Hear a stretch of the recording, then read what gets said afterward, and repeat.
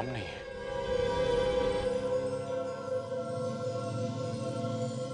मैं आपका बेटा नहीं।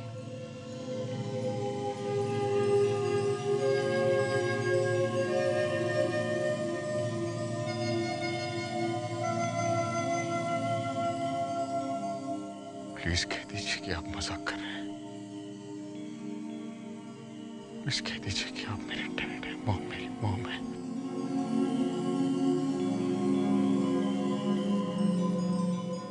डैड प्लीज कह दीजिए कि ये गलत है। प्लीज कह दीजिए कि ये गलत है।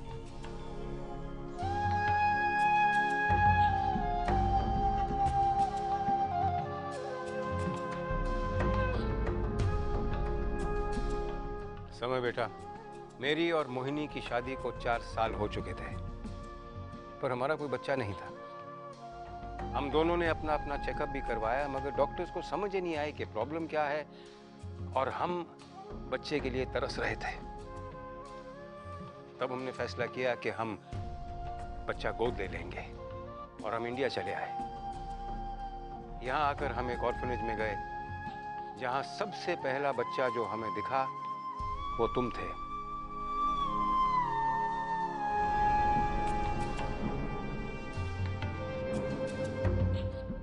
तुम्हारी उम्र उस वक्त 3 महीने की रही होगी, पर तब भी तुम आंखों में आंखें डालकर देखा करते थे। हमने तुम्हें गोद ले लिया और कनाडा लौट आए।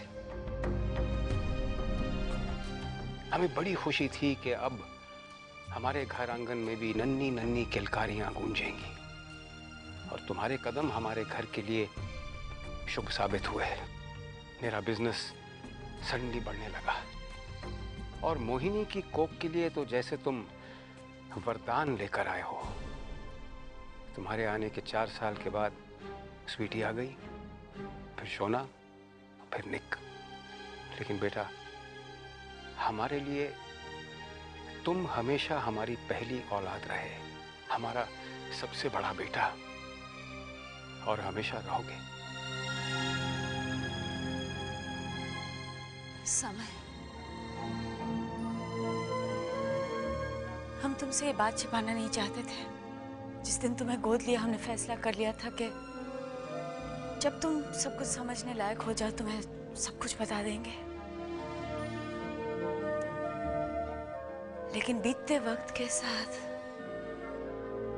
तुम्हारे पापा का फैसला कमजोर पड़ता गया। जब भी मौका आया तुम्हें बताने का, वो हिम्मत हार गए।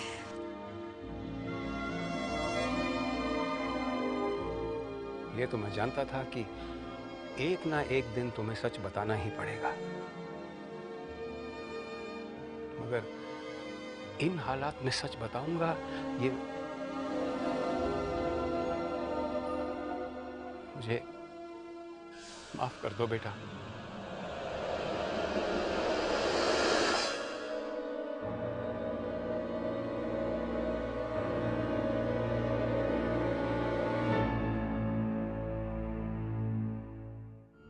क्या बात है? वे गुस्से में क्यों हो? किसी से झगड़ के आ रहे हो क्या? हाँ, बताइए ना, क्या बात है? वो तुम इनसे पूछो। ये रस्टी को आज मिली थी कि नहीं?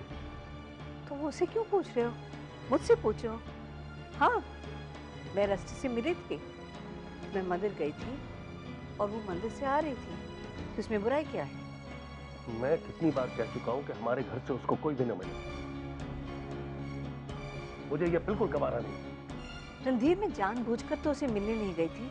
मैं कह रही हूँ ना, हम मंदिर में मिले थे और 2 मिनट बात किए। तुम बात बात में नाराज हो जाते हो आजकल। पता है तुम्हें रस्टी कितनी परेशान थी? समय को ब्रेन ट्यूमर हो गया है।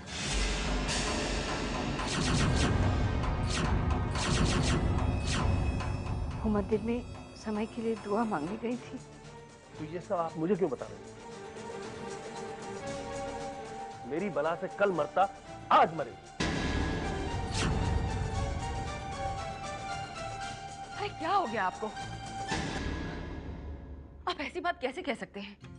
किसी की मौत की दुआ करना ये अच्छी बात नहीं है। तुम मुझसे उसके लिए रहम की उम्मीद कर रही हो जिसने मुझे तबाह करने में कोई कसर नहीं छोड़ी। कभी नहीं हो सकता ऐसा। हाँ हाँ, जहां तक रस्ती का सवाल है, उसने जो कांटे बोए हैं वही काटेगी अब। इतने कठोर भी मत बनिए।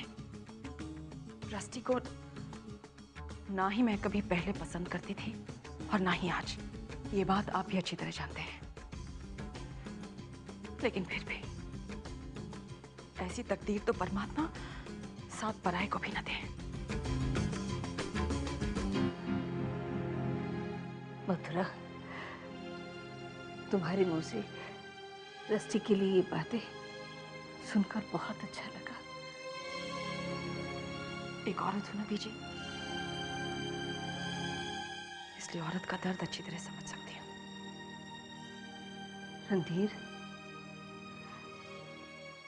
इतना गुस्सा ठीक नहीं। आखिर वो तुम्हारी बेटी है और गुस्से से किसी को क्या हासिल होता है? पुत्र, उसे माफ कर दे पुत्र। डैडी, डैडी क्या कहा उन्होंने? विजय, हाँ क्या कहा? विजय, समय ने जो हमारे खिलाफ शिकायत की थी, उसके चलते हमारा टेंडर रिजेक्ट हो गया विजय।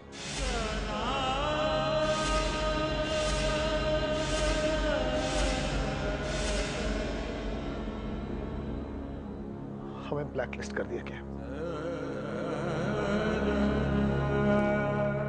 फिर से टेंडर कॉल तो कर रहे हैं, लेकिन वीर जी, ऐसी कोई बात नहीं है। हम कुछ और कर लेंगे Veer ji. Please don't lose heart.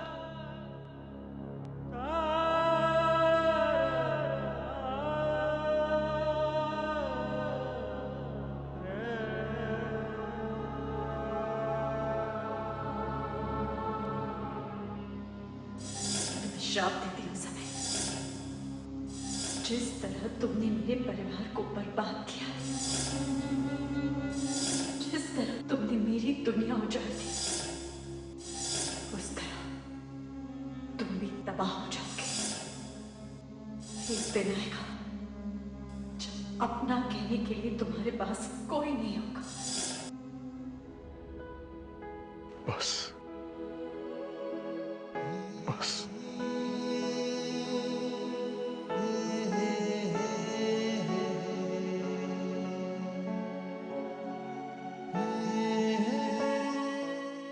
पूरी दुनिया में एक शख्स नहीं है जिसे मैं अपना कह सकता हूं। एक पल की सच्चाई ने अकेला कर दिया मुझे।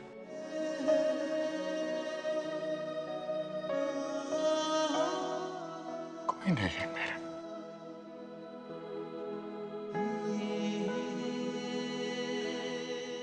भ्रम टूट गया मेरा आज।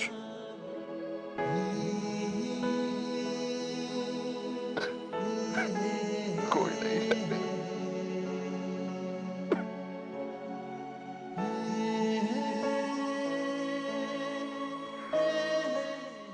मैं भी नहीं हूं बेटा।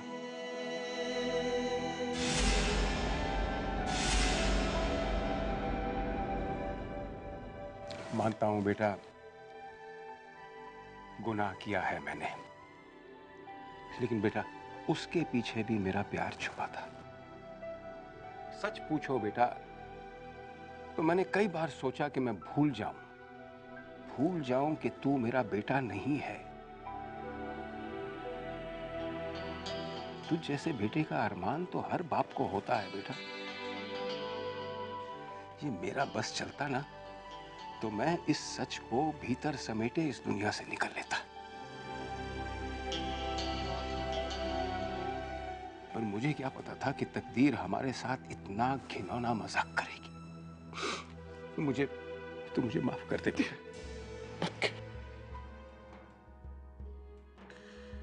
माफी मांगने का दिन मेरा है।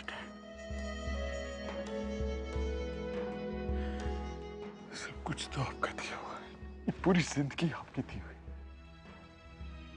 ये नाम, ये इज्जत, ये कामयाबी, ये ऐशो आराम, ये बड़ी बड़ी गाड़ियां, वो इज्जत, वो मिस्टर खुराना जो लोग मुझे बुलाते हैं डैड, ये सब आपका दिया हुआ। क्या होती मेरी जिंदगी आप मुझे वहां से लेके ना आते तो? मेरा बचपन उस अनाथ आश्रम के किसी अनाथ कमरे में बीतता। मुझे माफ कर दीजिए उन सारी बदतमीजियों के लिए जो मैंने आपके साथ की, उन सारी जिद्दों के लिए जो मैंने आपके साथ की, और बदले में आपने सिर्फ प्यार दी, सिर्फ प्यार दी। ना बेटा ना, ऐसी बातें अपने जहन में मत ला तू। मेरा दिल जानता है बेटा कि तेरी हर गलती, तेरी हर ज्यादती को मैंने तुझे अपना समझकर उसी वक्त माफ कर दिया था। इसलिए ऐसा कभी मत सोचना तू। डैड मैं नहीं जानता, मैं नहीं जानता भगवान कहाँ है और है भी कि नहीं। आज से आप मेरे भगवान। ना बेटा ना, ना, खबरदार, जो तूने मुझे भगवान का दर्जा दिया है, मैंने जो कुछ भी किया है अपने बेटे के लिए किया है, और आगे और भी करूंगा। तेरे लिए तो मुझे भगवान से लड़ना भी पड़ जाए ना बेटा, तो पीछे नहीं हटूंगा। ये जो लड़ाई है इसे हम जीतेंगे। You and I, बेटा, we will win this war.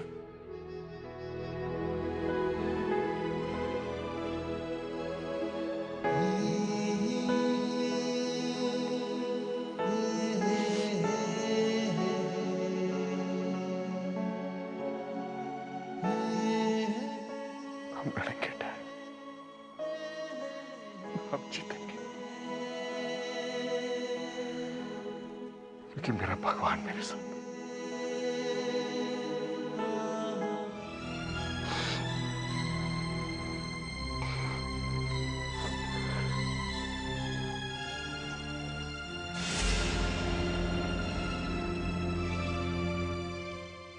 मुझे माफ कर दे माँ।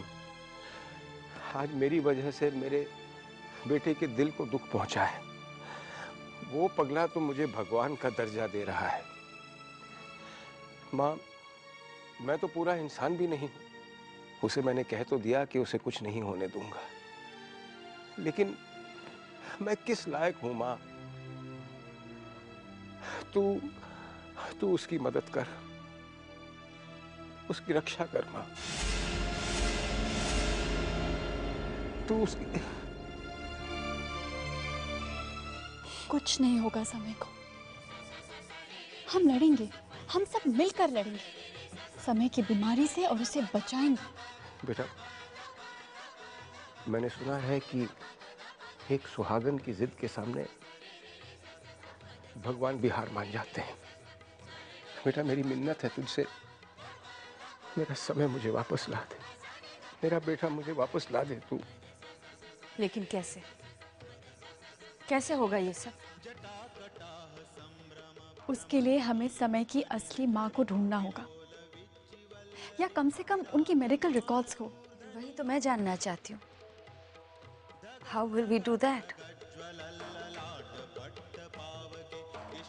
मम्मी जी, आप मुझे उस अनाथ आश्रम का एड्रेस दीजिए जहाँ से आपने समय को गोद लिया था। अगर हमें वो पता मिल जाएगा तो हम वहाँ जाकर सारी इंफॉर्मेशन कलेक्ट कर सकते हैं। It's not that easy Rusty. Orphanage वाले बच्चे की सब हिस्ट्री रिवील नहीं करते, एंड स्पेशली उनके क्लाइंट सब रिच होते, तो all the more reason for secrecy. Please mummy ji, mummy ji, कायदे कानून इंसान की सहूलियत के लिए बनाए जाते हैं, और फिर हम कोई जनरल इंक्वायरी तो नहीं कर रहे, हम किसी की जान बचा रहे हैं। एंड आई एम श्योर अगर हम ये बात अनाथ आश्रम को बताएंगे तो वो हमें ज़रूर मदद करेंगे। आप बस मुझे एक बार उस ऑर्फनेज का एड्रेस दीजिए। दिल्ली से थोड़ा बाहर है, गुड़गांव में है वो अनाथ आश्रम। खाना लगा दिया है। अरे, आप इस वक्त कहाँ जा रहे हैं? किसी से मिलना है मथुरा। इतनी रात गए? अब कुछ तो करना पड़ेगा। वरना वो मदर्स फाउंडेशन वाले अपनी इन्वेस्टमेंट वापस मांगेंगे। काश मैंने तुम्हारी बात सुन ली होती। 20 साल जिस औलाद के लिए इंतजार किया, उसी औलाद ने हमें बेघर कर दिया है। और जानती हो मथुरा, मुझे अपने आप पे सबसे ज्यादा गुस्सा किस बात का है?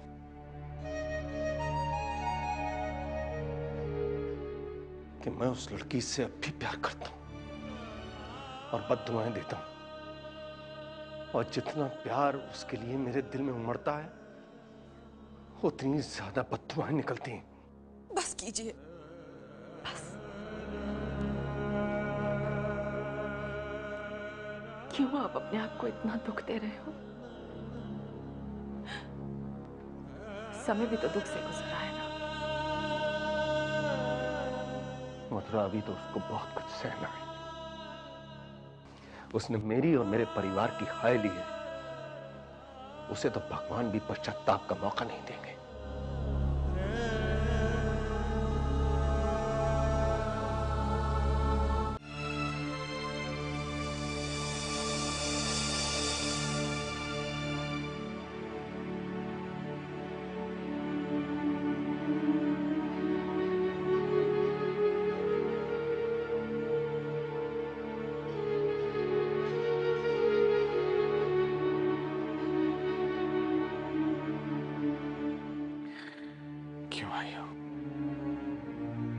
तरस मत दिखाओ रस्टी, झूठी हमदर्दी मत दिखाओ।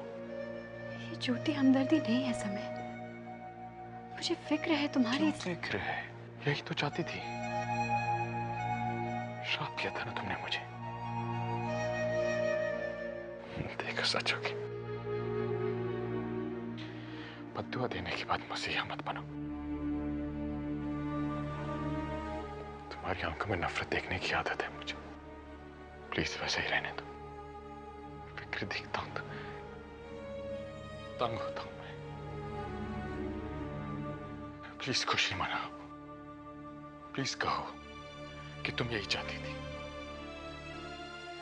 कहो कि मेरे जैसे इंसान के साथ इससे भी बुरा होना चाहिए था। ये कैसी बातें कर रहे हो समय तुम? बिल्कुल सच कह रहे हो। मुझे मेरे पापों की सजा मिल रही है और मिलनी चाहिए थी, पर ये सजा मैं अकेले काटूंगा। मौत का सामना आदमी को अकेले करना पड़ता है,